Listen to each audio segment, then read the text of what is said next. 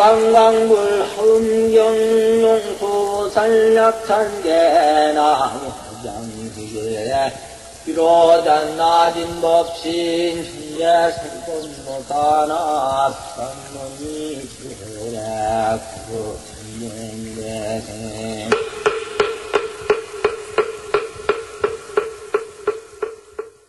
시작하겠습니다.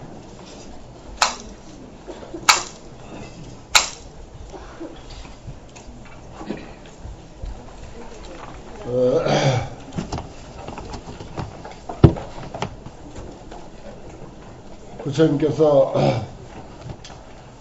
태자의 몸으로 출가하셔가지고 6년 고행 끝에 보리수 밑에서 비로소 정각을 이루셔서 이 불교라고 하는 것이 이 세상에 존재하게 되었습니다. 그리고 우리는 그 불교 세계의 일원으로서 이렇게 부처님의 가르침을 공부하고 있습니다. 그러한 그 연원을 이 환경을 통해서 짚어보는 그러한 그 시간이고, 그 부처님께서 터득하신 깨달음의 그 내용은 과연 어떠한 것인가. 이건 참 우리들 중생으로서는 그저 영원한 과제고 세세생생의 숙제로 남아 있습니다. 그런데 다행히 이 깨달음의 세계를 낱낱이 잘 그려놓은 이런 소중한 그 경전이 있어서 그나마 조금은 그 부처님의 깨달음의 세계를 이렇게 문틈으로나마 엿볼 수 있지 않는가, 이런 생각을 합니다. 깨달음의 시각으로 묘사해본 이 세상, 땅에 대한 그 장엄을 말씀을 하셨습니다. 그 다음에 보리수의 장엄이라고 되어 있는데, 그 보리수가 고현 수터이다. 그 가보면은 높은 것은 사실이에요. 그리고 아주 참 그 잎도 기름지고 빛나는 것을 보았습니다. 아주 수특하죠. 특수하죠. 높고 아주 뛰어나다. 그런데 다이아몬드로 몸뚱이가 됐더라, 이렇게 묘사했어요. 다이아몬드로 금강위신이다. 그리고 유리위간이다. 유리도 이제 지금은 흔하니까 그렇지만은 뭐 인조 유리든 자연 유리든 간에 유리도 아주 보물 중에 보물이죠. 그런 그 유리로서 줄기가 되었고, 그리고 큰 그 보리수 나무 몸뚱이는 다이아몬드로 되었고, 그 낱낱 그 중에서 작은 중간 줄기죠. 줄기는 유리로 되었고, 중자 보화로서 거기에 여러 가지 묘보, 아름다운 보배로서 가지가 됐다. 큰 가지 지자, 작은 가지 조자, 큰 가지 작은 가지를 이루고 있더라. 그 다음에 이제 몸뚱이 굵은 가지, 그 다음에 큰 가지, 작은 가지, 그 다음에 이제 당연히 잎이 나오겠죠. 보화, 부소해야 보배로 된 나뭇잎이, 이 부소라고 하는 것은 아주 무성하고, 또 무성하면서도 서로 도우고 소통하고 뚫리고, 그 각자 말하자면 잎 하나하나가 하늘 그리고 있는 모습을 부소라고 이렇게 이제 표현합니다. 해서 수음여의라, 그늘을 들여온 것이 구름을 들여온 것 같더라. 구름 가면 우리가 이제 얼른 상상이 안 가는데, 인도에서 소위 그 우기에 들어섰을 때 저 평원에서부터 구름이 몰려오면요, 이 구름은 뭐 정말 이쪽에서는 우리나라 같은 데서는 상상도 못한 그런 두껍고 무거운 구름입니다. 그 보리수 나무 잎의 그늘이 마치 우기에 구름이 몰려오듯이 그렇게 그늘을 들이고 있더라, 그런 말입니다. 그리고 보화 잡색으로서 보배 꽃 여러가지 그 색깔로서 분지 포영하며 가지를 나누고 또 그림자를 드리고 부위 만들어서 다시 만들어서 그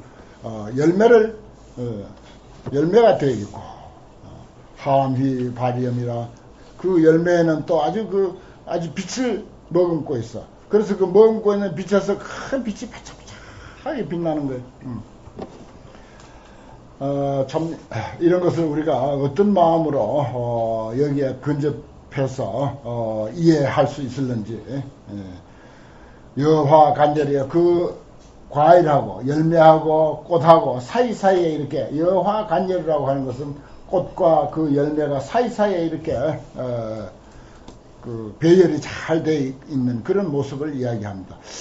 이러한 내용들이 단순하게 그 앞에서 땅 이야기나 이 보리수 이야기나 앞에 또 나올 궁전이나 사자자나 이 모두가 단순하게 보리수나 뭐 궁전이나 사자자를 이야기하는 것 같으면서도 사실 그 한 구절 한 구절이 다 부처님의 깨달음의 법을 그대로 상징하고 있습니다.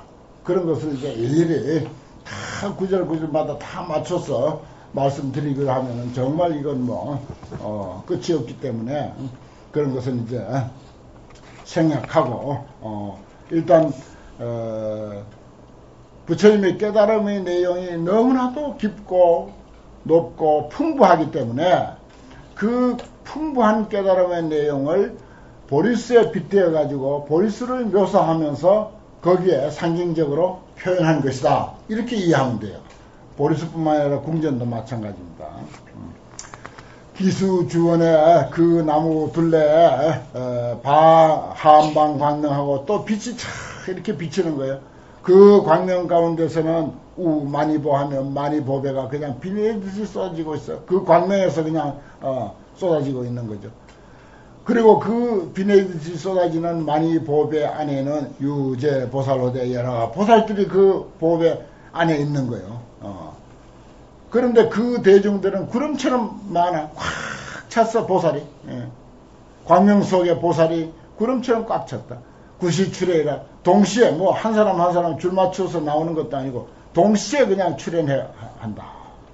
이런 것들도 부처님의 그 마음속에 있는 그 깨달음의 그 덕을 이렇게 상징적으로 표현하는 것이고, 이러한 것은 비단 서가모니 부처님 한 분에게만 해당되는 것이 아니라 우리 모두에게 사실은 이러한 것이 다 갖춰져 있는데 그 기회를 얻지 못해 가지고 표현이 안 된 거죠. 이게 이제 중요합니다. 이러한 사실을 우리가 깊이 그 인식하는 게 그게 중요해요. 이런 것을 우리가 독송하고 깊이 그 엎조리면서 우리 마음의 그런 풍요로움을 이렇게 표현했구나. 우리도 다 갖추고 있는데 이것이 기회를 얻지 못해서 표현되지 못하고 있다. 이렇게 이해해야 돼요. 또 우의 열의 위실력고로 또 부처님의 위실력 때문에 기보리수가 그 보리수가 항출 묘하며 뭐 나무가 가만히 있겠어요. 의뢰히 바람이 불 것이고 바람이 불면 항상 아름다운 소리를 내. 그런데 그 아름다운 소리가 뭐라고? 설 종종법 호대 무유 진극이라 가지 진리의 그 가르침 법을 설하는데 끝도 없이 끊임없이 그 법을 설해주더라 하는 그런 그 내용입니다. 참 보리수의 장엄에 대한 묘사를 아주 멋지게 했죠. 그 소동파도 그 상총 선사인데 왜 그 사람이 설하는 법만 자꾸 와서 들으려고 하느냐. 무정설법 소리를 좀 들을 줄 알아라. 그러니까 아니 무정설법 하는 소리를 처음 들었어. 이 천하의 그 소동파도. 그래서 이제 그것이 머리에 이제 화두로 딱 이렇게 자리 잡고 있어서 길을 가나 뭐 오나 항상 그 생각이에요. 그러다가 이제 돌아오는 길에 큰 그 폭포가 떨어지는 개울을 만났어요. 그런데 그 개울물 소리를 못 들었어. 그런데 눈을 들어서 그 개울물 폭포 떨어지는 소리를 모습을 보니까 소리가 그때부터 들리기 시작한 거예요. 그래서 이제 읊은 그 유명한 시가 있죠. 개성변시 광장설 산색기비 청정신가. 신의 물소리 폭포 소리가 어찌 부처님의 무진장의 설법이 아니겠는가. 그렇다면 그 폭포를 토해내는 청산은 저절로 비로자나 부처님이지.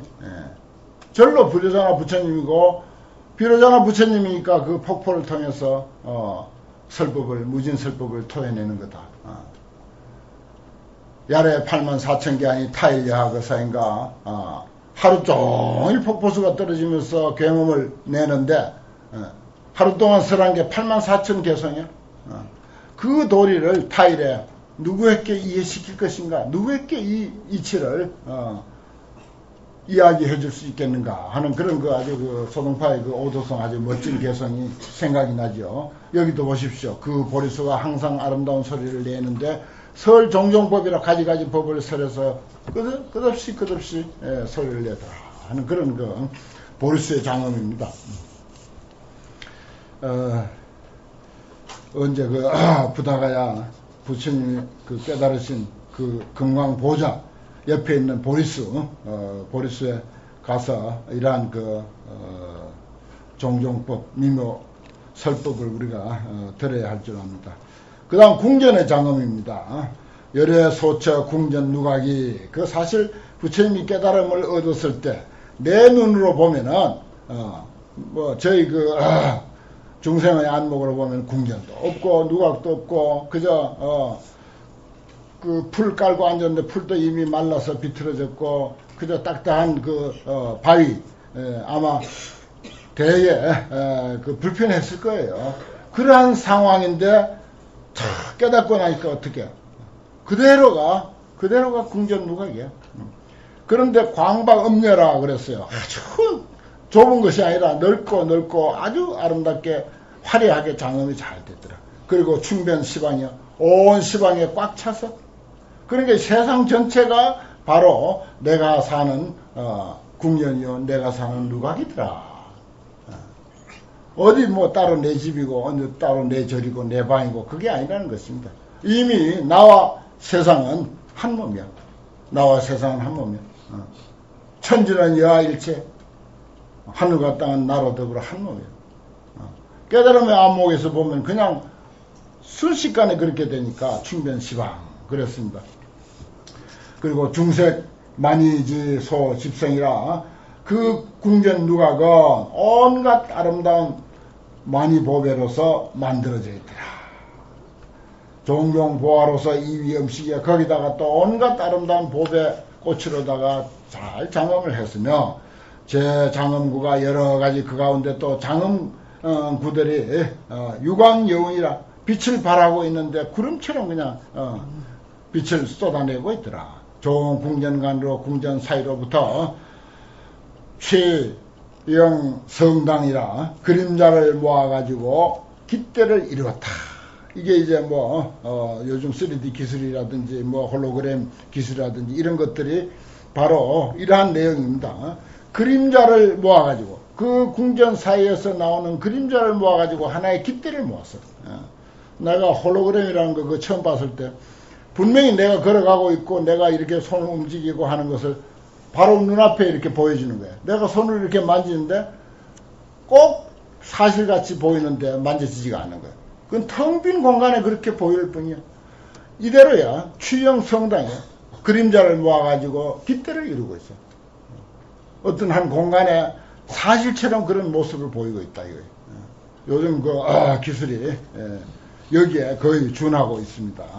거기에 또 뭐라고 무변보살과 도량중해가 끝없는 보살들과 도량의 온갖 그 모인 대중들의 그 법회가 함집 기설하 바로 그 당 깃발 그림자를 모아서 깃대가 되어 있는데 그 깃대에 전부 그 속에 법회가 거기서 이루어지고 끝없는 보살들이 그 속에 논일더라 이거예요. 뭐 앞으로 이제 사사무예니 하는 그런 말이 이제 많이 나오겠지만은 바로 이러한 것들도 화엄경의 그 교리를 한마디로 표현하면 사사무예의 도리다. 이것을 이제 은연중에 여기서 표현하고 있죠. 사물과 사물이 걸림없는 도리. 바로 그것입니다. 그래서 능출현 재불 광명과 능히 재불의 광명과 부사의 음을 출현시킨다. 불가사의한 소리를 거기서 내며 많이 보왕으로 많이 보배로서 이위기망이라 또 그물을 만들어 가지고 에이 그물이 많이 따릅니다. 그리고 옛날에 아름다운 궁전이라든지 또 아주 화롭게 장식한 그런 집에는 보면은 예를 들어서 옥이나 무슨 아주 그 귀중한 그런 광석 같은 걸로 그물을 짜가지고 그물을 들여와가지고 그 장엄을 했듯이 특히 황교에는 이제 그때 사람들이 선호했던 아주 화롭고 아름답게 꾸몄던 그러한 그 당시에 어떤 그 용어, 도구, 어떤 재료 이런 것들을 가지고 이제 경전에서 표현하고 있는 것입니다. 만이보배로서 만이보배 중에서도 왕자 이런 것은 이제 가장 으뜸이 되고 최고로 가는 이런 뜻으로 왕자를 뒤에다 붙여요. 또 해자를 붙이면 바다 해자를 붙이면 이제 많다란 뜻이고 이기망하며 그물이되며 열애 자재 신통지력으로 신통의 힘으로서 소유 경계가 있는 바의 경계가 개 종중출이라 그 그물 속에서 막 쏟아지고 있는 거예요. 일체 중생의 소처 옥택이 일체 중생들이 거처하고 있는 바 그 집들이 개의 차중에 현기 영상하며 그 그물에서 전부 영상으로서 그 영상을 나타내는 거예요. 영상처럼 나타내는 거예요. 전부 영상이죠, 뭐. 이것은 우리는 영상하고 실제하고 또 따로 보죠. 영상은 영상이고 실제하는 것은 실제하는 것이다. 이렇게 보는데 좀 더 깨어있는 눈으로 보면은 영상과 실제가 둘이 아닙니다. 실제하는 것으로 여기는 이 사물들도 그대로 영상으로 보는 거예요.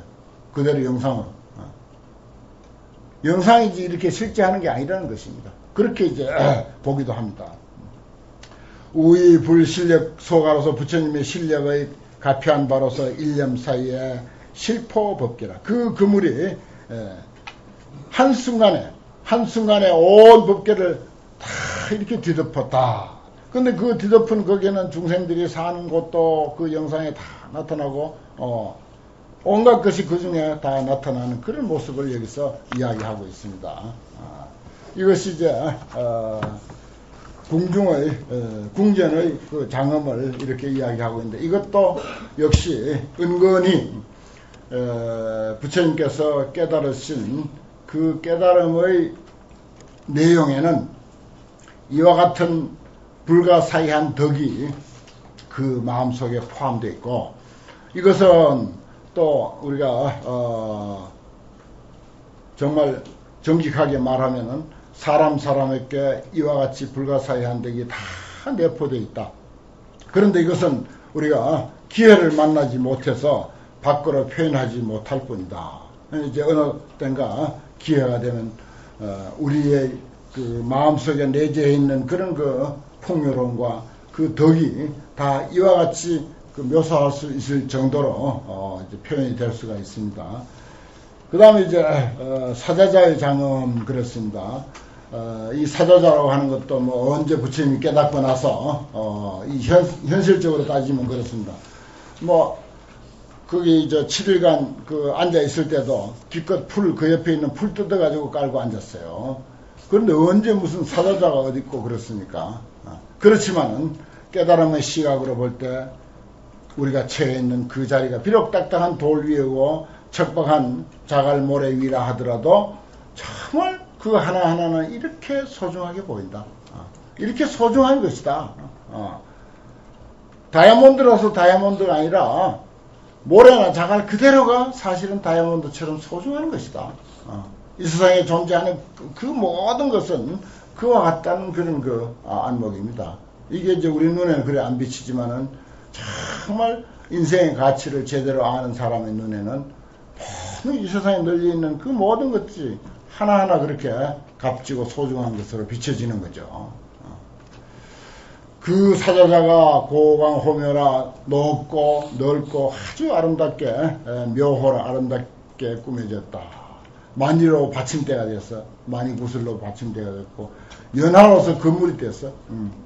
청정묘보로서 아주 훌륭한 아름다운 보배로서 이위기륜이라 돌아가면서 그 둘레를 만들었고 중색 자파로서 여러 가지 색깔 한색이면 단색이면 아주 재미없죠. 중색이라고 하는 것은 늘 온갖 색깔 여러 가지 꽃으로서 이작 영락이라 그 꽃타래를 만들었더라. 그리고 당사 누각과 당사는 이제 정자입니다. 사당집 사자인데 정자 같은 그런 그 누각과 개체 호유 섬돌이라든지 창문이라든지 이런 것들의 범죄 물상이 비체 장음하며 통째로 다 장음이 됐더라. 모든 물상이 비체라고 하는 것은 통째로 온통 그대로 장음이 되었습니다.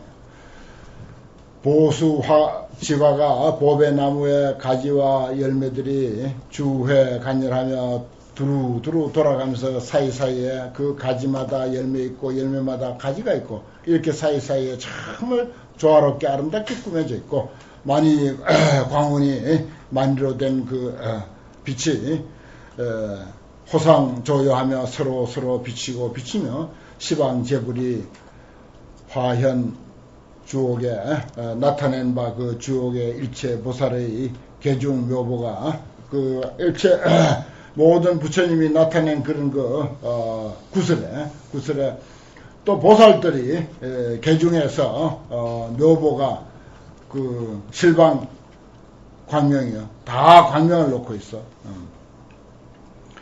그리고 일에 영촉하며 전부 광명을 놓는데 환하게 그 촛불로 비치는 것과 같이 그렇게 비친다. 부의재불 위신소리로 다시 또 모든 부처님의 위실력을 가진 바로서 연설열의 광대 경계하시니 열의 광대한 경계를 연설하시니 묘미 하창하여 아름다운 소리가 멀리까지 이렇게 마이크를 안 써도 멀리까지 이렇게 들리고 무처 불급이라 어느 곳이든지 미치지 아니한 데가 없더라. 우리는 뭐 아무리 좋은 마이크 써도 기껏해야 뭐 100m, 200m 밖에 안 들리죠. 그런데 부처님의 음성은 그저 그런 기구를 안 써도 멀리까지 다 들린다. 이것도 이제 말하자면은 존재의 어떤 그 일체성을 표현하는 것입니다. 하나니까 멀고 가까운 게 없는 거죠. 이렇게 이제 사자자의 장엄을 이렇게 이제 표현하고 있는데 이 또한 부처님의 그 내재되어 있는 그 덕을 깨닫고 보니까 이것이 전부 밖으로 표현이 다 되는 거죠.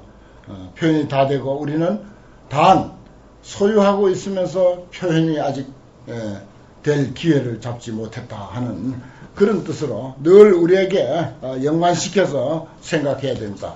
그래서 서자 서아자 책은 책이고 난 나다 이렇게 이제 떨어져서 생각하면 그건 이제 안 된다는 거죠. 조금 이제 턱걸이 하듯이라도 어떻게 하더라도 아등바등 이 경전에 있는 가르침이 바로 나의 삶이고 나의 현실로 이렇게 가까이 접근되도록 하는 그런 그 해석과 그런 이해가 꼭 필요합니다. 그 다음에 이제 그 시성정각, 그 다음에 장엄, 그 다음에 세 번째 큰 제목이 세존의 불가사의한 덕 이렇게 이야기를 했습니다. 앞에 장엄으로서 그 불가사의한 세존의 덕을 사실 상징적으로 그림으로 쫙 이렇게 그려놨어요. 앞에다 그려놓고는 그것을 이제 구체적으로 이렇게 표현하고 있습니다.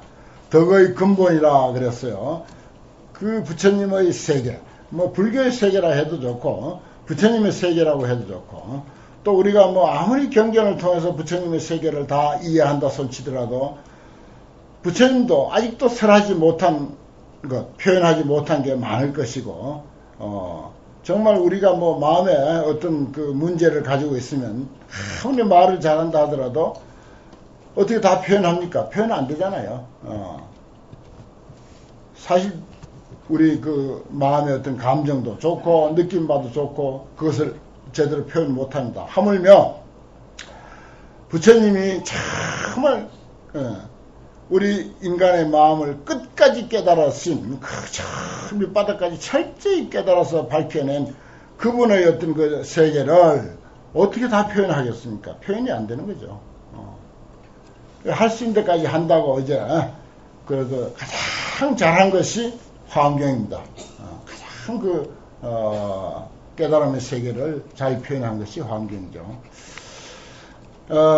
덕의 근본 했어요. 덕의 근본은 어디서 나왔는가? 물론 뿌리에 있죠. 다 있지. 그러나 우리에게 이해시키는 데는 깨달음에 근거한다 하는 것입니다. 덕의 근본은 깨달음이다 하는 것이죠. 당연하죠. 그것은 이시에 세존이 처우 찾아와서 일체보의 성최정각 하시니 그렇습니다. 그때 세존이 이 자리에 다 앉아가지고 이 자리가 뭡니까? 본수에서 깨달음을 성취한 바로 그 자리, 정각하신 그 자리에서 일체 법에 있어서 모든 존재에 있어서 일체 법할 때의 법은요, 말하자면은 모든 존재, 사물, 그리고 모든 사건, 해가 지고 뜨고 봄이 오고 여름이 오고 하는 이런 거라든지 꽃이 피고 시들고 하는 일체 그런 유정무정의 모든 존재와 그 존재가 변멸해 가고 있는 그런 현상들까지 다 포함해서 법입니다. 일체법 할 때요. 물론 좁은 뜻으로서는 가르침을 가지고 법이라 하기도 합니다만은 모든 존재에 있어서 성최정각이라 가장 바른 깨달음을 이뤘다.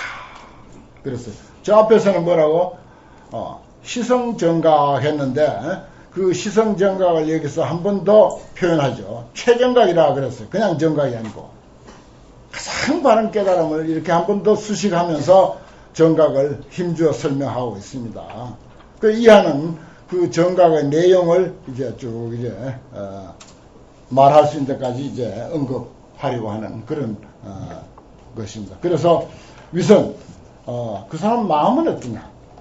그래서 삼업변만이라고 이제 제목을 그렇게 부셨는데 신구 이 삼업이 두루두루 가득하다 이렇게 해서 처음에 의업이 나오죠.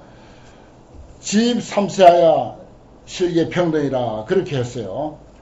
뭐 이런 구절에 대해서 옛날 그 주석가들은 뭐 상당히 길게 설명합니다. 상당히 길게 설명해요. 그거 다 이제 소개할 수는 없고 일단 경전에서 본 경전에서 표현하고 있는 그 글자의 뜻을 정확하게 우리가 이해하고 또 그 이면에 상징하고 있는 그 어떤 상징성을 그 다음으로 이해해가는 그런 공부 방법이 필요합니다. 지입삼세라 그걸 깨달았다라고 했을 때 그 깨달음을 다른 표현을 하면 지혜입니다. 다른 표현을 하면 지혜예요. 우리는 깨닫지 못했으니 지혜가 없고 지혜가 없다는 것은 곧 깨닫지 못했다는 뜻이죠. 그래서 부처님의 깨달음을 다른 표현으로 지혜다. 근데 그 지혜는 3세까지 뻗쳤다. 과거, 현재, 미래 다 뻗쳤는데 현재만 잘하는 것이 아니야. 과거도 잘하라. 미래도 잘하라. 그래서 실계평등이야. 똑같이 잘한다 이 말입니다.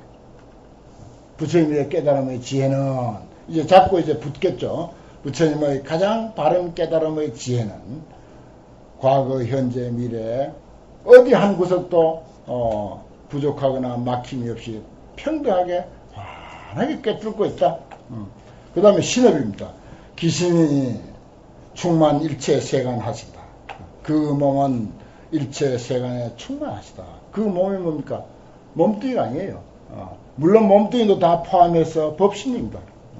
우리 주련에 뭐라고? 불신, 보변, 시방중, 삼세열애, 일체등 이런 주련 우리 많이 보지 않습니까? 불신, 보변, 시방중이야.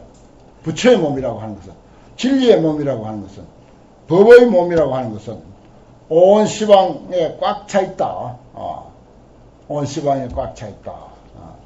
그럼 뭐 옛날에 우리 어릴 때 들은 내용인데 아주 큰 스님이 기차칸에서 목사하고 말싸움이 붙어가지고 하나님은 무슨 무소부재하시다. 그러니까 짓궂게 그럼 화장실에 똥도 그러면 무소부재하니까 거기도 하나님이 계시겠네. 그러니까 어디 하나님을 거기다가 비교를 하냐고 이래가지고 하니까 부처님은 똥이 바로 부처님인데 이렇게 해서 이제 깨우쳐 줬다 하는 그런 이야기도 우리 어릴 때 들은 바가 있습니다. 여기서 이제 불신 또는 법신, 존재 그 자체, 모든 존재에는 그대로 바른 이치가 있습니다. 진리가 있는 거예요. 참되고 바른 이치가 있어요. 그걸 그대로 불신이라고 하고 법신이라고 하는 것입니다. 그러게 보변 시방중재, 시방세에 가득 차고 충만 일체세간이라. 일체세간에 충만해 있다. 일체세간에 충만해 있으면 화장실 똥통 속에 늘 비어있을 까닭이 없는 거죠. 바로 그 자체죠. 똥의 입장에서 보면 똥같이 소중한 게 없는 거예요. 아까 제가 여러 가지 설명을 드렸습니다만, 세상의 주인, 세간의 주인이 뭐가 주인이냐? 개개가 다 주인이야. 개개가 다 가장 소중해. 개개가 다 그 입장에서는 가장 소중한 것이야. 그게 이제 여기에 기신이 충만하여 일체 세간이라, 충만 일체 세간이라고 하는 내용으로 이해할 수 있겠습니다. 그 다음에 어업이죠. 기염이 보순 시방국토사. 우리는 지금 이런 말 하면요, 이 자리에 있는 분만 알아듣습니다. 그리고 우리 말은 한국 사람만 알아듣습니다. 그런데 부처님의 그 깨달음의 입장에서 나오는 그 진리의 소리는 시방국토에 널리 다 순하고 있어, 따르고 있어. 전부. 무슨 곤충 소리도 다 따르고, 동물 소리에도 다 따르고, 금속이나 저 광물 소리에도 다 따르고, 일체 다 따른다. 바로 그 자체다 하는 것입니다. 이러한 것들을 아주 옛날 그 주석가들은 아주 장황하게 설명하고 있습니다. 그 의업과 신업과 업이죠. 요걸 이제 비유로 한꺼번에 신구의 삼업, 부처님의 삼업에 대해서 비유를 이렇게 하고 있습니다. 비여 허공이 구함 중상호대, 허공이 온갖 모습들을 다 포함하고 있어. 그렇죠. 우리도 이 허공 속에 있고, 마이크도 허공 속에 있고, 책도 허공 속에 있고, 책상도 허공 속에 있고, 이게 구함 중상입니다. 온갖 현상들을 전부 포함하고 있어야 돼. 어제 세의 무소 분별이라 모든 경계에 여기 책하고 책상만 필요하지, 다른 거는 꽃은 필요 없다, 이렇게 분별하지 않아요. 분별하는 바가 없어. 허공은 그런 거 없어요. 똥을 갖다 놔도 똥이 잘 그 자리에 존재합니다. 아주 아름다운 꽃을 갖다 놔도 꽃이 잘 존재하고, 무슨 흙을 갖다 놔도 흙은 그대로 다 이 허공 속에는 그대로 잘 존재합니다. 이 비유를 우리가 잘 이해해야 부처님의 삼업의 그 됨됨이를, 다시 말해서 서가모니 부처님 자꾸 상상하면 이게 이해가 잘 안 되는데, 바로 그 진리 자체, 법신 그 자체, 그거를 이제 이해하려고 해야 되는 거죠. 분별하는 바가 없어요. 모든 경계에 무소분별이야. 분별하는 바. 분별한다고 하는 것은 가려내고 차별하고 하는 것입니다. 가려내거나 차별하는 바가 없고, 또 비유를 들자면 우에 허공이, 또 허공이 보변 일체호대, 일체 두루두루 가득하되 어제 국토의 모든 국토에 평등 수입하시니라. 허공 없는 나라 없죠. 무슨 동양, 서양, 저기 북극, 남극 할 것 없이 어디에도 공간 없는 데 없고 허공 없는 데 없습니다. 그래서 모든 국토에 평등하게 따라 들어가 있다. 허공은 그렇습니다. 그와 같이 진리의 몸은 또 진리를 깨달으신 그 당체는 모든 존재와 어떤 사건과도 함께 하는 것이다. 어쩌면 그 존재 그 자체다. 그 자체가 되어버린다 하는 그런 것입니다. 그래서 이런 것을 갖고 이제 공부하면은 그럼 그대로 다 옳은 것이고 그대로 다 좋은 것이고, 그래서 다시 더 이상 바로잡을 것도 없고 고칠 것도 없겠구나. 그게 맞는 말이에요. 화엄경의 입장에서는 그게 맞는 것입니다. 그래서 화엄경은 완전 개방이야.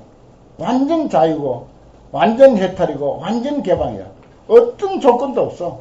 이렇게 했을 때 여기에 따라야 된다. 그거 없어요. 완전 개방이에요. 한국 사람들은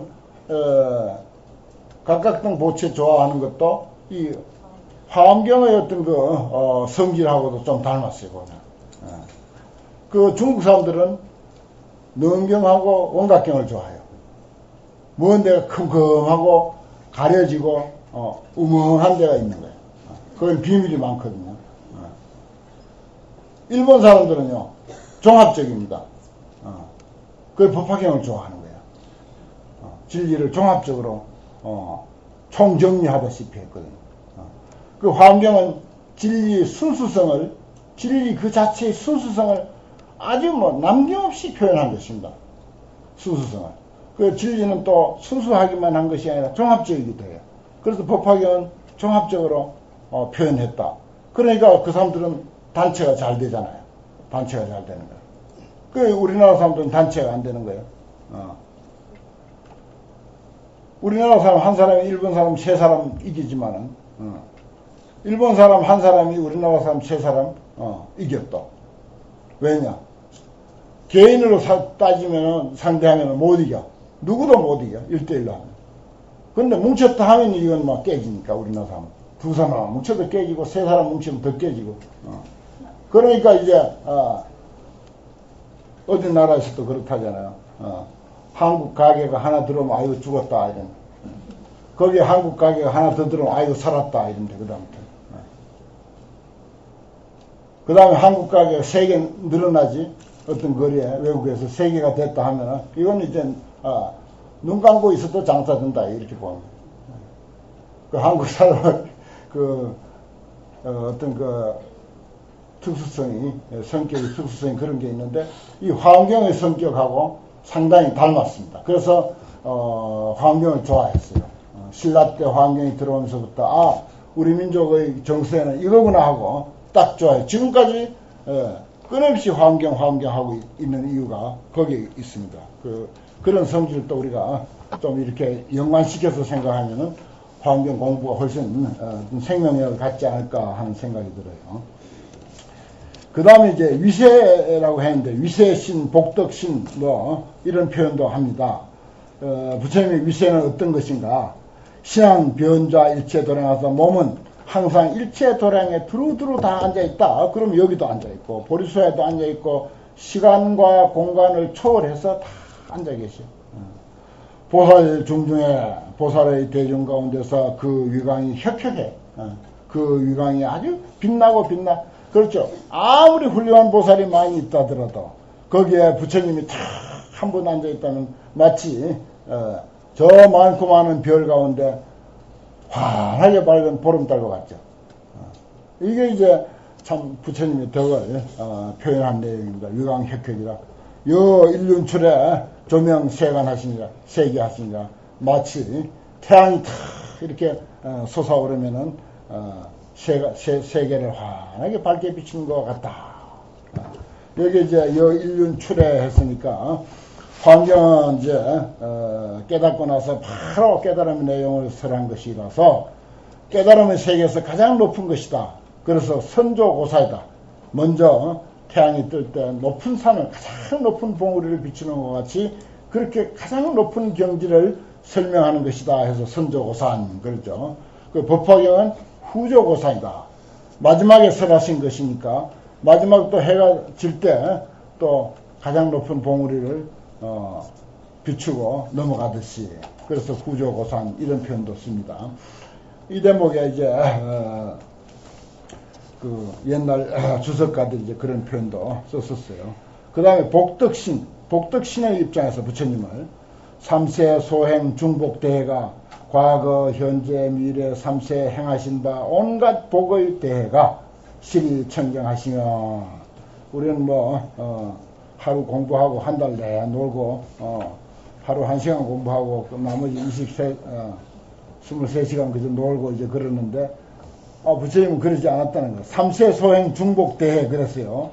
여러 가지 복의 큰 바다, 복이 워낙 많아가지고 큰 바다와 같이 넘실댄다. 과거 현재 미래 다 닦았으니까 중복대회가 실의청정이라 모두 뛰어나다. 청정이라는 것은 뭐 그냥 단순히 청소해서 깨끗하다는 뜻이 아닙니다. 아주 훌륭하다, 뛰어나다, 멋지다, 근사하다 이런 뜻이 많이 포함되어 있어요. 또 수생, 생을 받는 건 어떻게 하냐. 이향, 시생, 재불국토한다 그랬어요. 생을 보인다 그랬어요. 재불국토에 태어나는 것을 보인다. 우정 태어나서 보여주는 거예요. 우리는 뭐라고? 업생이죠. 업생. 업에 끌려서 태어나고. 또 어떤 이들은 또 원생이 있습니다. 원생. 원리기 위해서 태어나기도 하고. 또 연생도 있어요. 인연연자. 인연에 따라서 이제 태어나기도 하고. 그런 이제 여러 가지가 있는데 부처님의 입장이 되면은 시생이야. 생을 보여. 내가 우정 가서 출연하는 거야. 출연. 내가 능동적으로 가서 출연하는 것이 끌려가서 그렇게 태어나는 게 아니라는 것입니다.